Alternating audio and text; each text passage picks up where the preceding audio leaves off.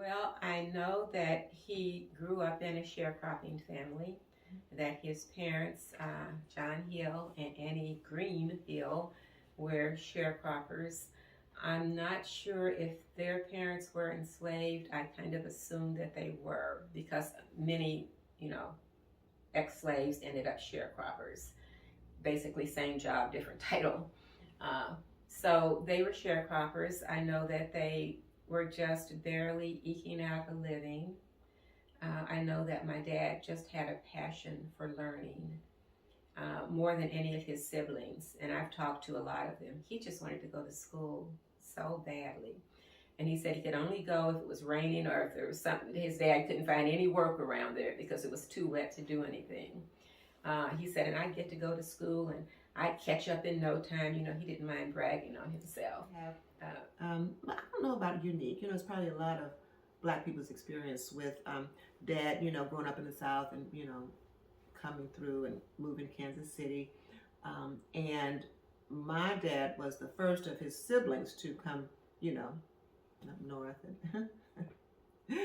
And the siblings followed. And so they would live with us, as when they came to the city and then, branch off and find their own places. And so, that was kind of a unique experience. But like I said, Well, of course, I remember a lot about him being an adult. And when I was little, growing up, I just thought of him as the provider. And I think that Dad, he grew so much later on. He grew more compassionate, more loving, more listening to us. What I remember when I was younger is he was a devoted son to his mother, Annie Hill. He loved his mother, and he would go visit her. She stayed in Arkansas for a while, and she wouldn't come up, so he'd go visit her all the time. And then he finally talked her into coming up, and I remember that she had to share the bedroom with the boys because... Well, they've evolved a lot, of course, over the years. When I was young, I thought he was kind of mean and untouchable, but at the same time, he was there. He came, he went to work, he came home on time, he was never MIA, he was just, I think my dad did what he thought was the best fathering possible. You're a provider and you're a disciplinarian. Mom could make us cry all day saying, you just wait till your dad gets home. So did he do much yelling or hollering, or was he just... No, but he would punish you. He would whoop you. Mm-hmm. And that's all you kind of really needed.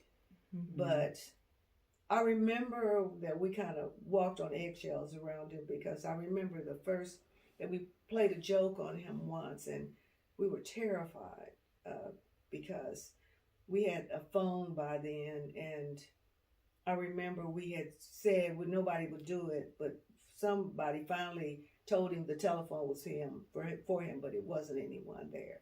And we came to pick it up. We didn't know what could happen because that was like huge with Dad because he was like so strict. Mm-hmm. So. But I remember that sometimes he would take us to the drive-in theater in the back of the truck. Nobody cared those days. You have an open-ended truck, a pickup truck. And I remember him taking us to the park, but basically he was the provider, sort of the protector, definitely the boss. My mom did not, I don't think he ever intimidated Mom or anything anyway, but when he was fussy about something, she said, oh yeah, well, Mangie, you're right. But she would never, she would run that William Andrew together. Oh, well, Mangie, you're right. But she would never really, and I don't remember that they had an argument. So I remember that he brought her up here. He was so happy with his mother. And so I remember that he was that. And he was always bringing groceries home. I knew he had a business because he would take various ones of us to work with him at times. We'd go and see what he was doing. So I remember going with him a couple of times. Well, the first thing that comes to my mind is the work ethic. And I hope that's not so unique, but, it's not always that easy to find. And so we just grew up with that. Never knowing anything else. It's like, yes, you get up and you go to work. And so anyway, that's the first thing that comes to mind. I think he was very enterprising. He didn't sit around and wait for opportunities to come to him. He did a little bit of this and that. He left home and got his, I think he might have gotten a high school diploma, but keep in mind that a lot of those things weren't actually formalized back then. So the high school he went to was actually called like Western University or something. A lot of those things weren't formalized. But he had to keep going home because either his family was in trouble, but he really struggled to get an education. It just meant everything to him. And he went to the county seat, took a test, passed it, became a teacher. They were really not treating black educators fair at all down there, not coming through on the contract, not paying them when they should. And then I think at some point they decided to pay them based on how many students they could get up, and it just was not working for him economically. So I think his early childhood was that he just really worked hard, and he tried a lot of things, and a lot of them didn't work out. But anyway, so Dad was the whooping kind of dad, and that's how he thought discipline could change people, and we kind of know now that maybe that wasn't the case. Dad was your traditional, I think we can say that, father role in the household. He made the money, paid the bills. Mom did every bit of the housework. Of course, took care of our hair. But it was like one thing, you didn't run from Dad if he wanted to whoop you. And I remember that I did run from him one time because we were over our relative's house and somebody says I did something. So he would pull out his belt. Come here, I'm gonna whoop you. And I remember running, and I remember him chasing me around the car. But I was determined, and he finally gave up on it. And he didn't whoop me when we got home. I was older then. But I was determined he was not going to whoop me in front of our cousins. We was like, no. Say no how, no way. No way, whatever it took, I wasn't going to do that. And Dad didn't even need to hear the whole story before he could yank out that. I always said his belt would look like a sword for a minute. Boom. And, give you a spanking for whatever the wrongdoing was. So Dad came from Arkansas. Oh my gosh, let me see. He was entirely of the beat the kids. I brought you into this world. I can take you out. Oh my gosh, we could go on about those whipping stories. Although my siblings tease me about only getting one whipping in my life, which is actually accurate. But did I say I was a good little girl too? Yeah. What do you think is the reason that William A. Hill left Arkansas? Well, so there's different stories on why my dad left Arkansas. And so one of the things that I know is that he always aspired to do better. And, he was going to do that. And he was also a hothead. And we kind of know that as well. So one of the little stories is that he got in trouble with one of the white men, doing something outrageous like looking him in the eye. But it could have been more than that. And they had to get him out of Arkansas pretty quickly. So, Dad was prone to, do his own thing and, assert himself. And, so anyway, he's kind of an impatient guy. And of course, then he finally decided to, leave Arkansas. What was the catalyst for him leaving Arkansas? So this is my Aunt Versina's story, and I'm pretty sure that my other has said it too, that, when you were a sharecropper, they expected you to bring in the cotton and bring in the cotton seed. So that was a way of ensuring that you didn't have like anything. They wanted but my dad held back on the seeds. And they didn't give them much at all for the cotton you know, my Aunt Ursina said, well, they may give you a little something to eat or some coupon to go up to the store. But it was pretty much a cashless economy, you know.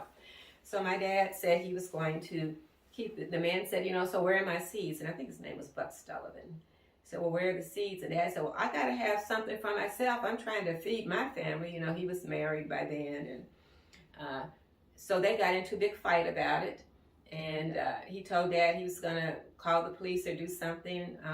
My dad jumped up. They were in some store or restaurant, or it couldn't have been a restaurant, but some store area.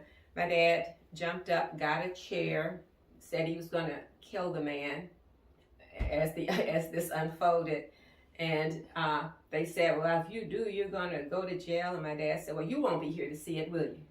So he was a bit of a hothead. And they said his dad tried to talk him down. My aunts think that their dad was just way too placating and complacent around whites. But then think of the social context that he, you know, you didn't talk back to white people back then. So Aunt Buzz said, my dad said he would never never pick another piece of cotton, plow another row. He was out of there. And he did. He left, but he didn't leave immediately. He left pretty shortly after that. In fact, it was, I don't know if it was Shirley or Queen One, he left for their graduation. He left them because it was time to go and they wasn't quite ready. So he left. I think he came back. He just kind of had that thing with, you was going to do what I say, and that was it. And by the way, he actually left me at home for my own graduation. Because I just wasn't, you know, and Dad believed that if you weren't early, you weren't on time. So that was my dad. But anyway. But I mostly think of him as being very strict back then. Okay. Very strict. And I was mad at him for leaving my mom at church. He would do that. If he had a thing about going somewhere, if it was time to go, it was time to go. And I remember being very upset with him when she was talking, and he would say, I'm ready to go. And then he would sit in the car, and she would keep on talking, because that's what she wanted to do. Mm-hmm. And then he would leave. He'd make all of us get in the car.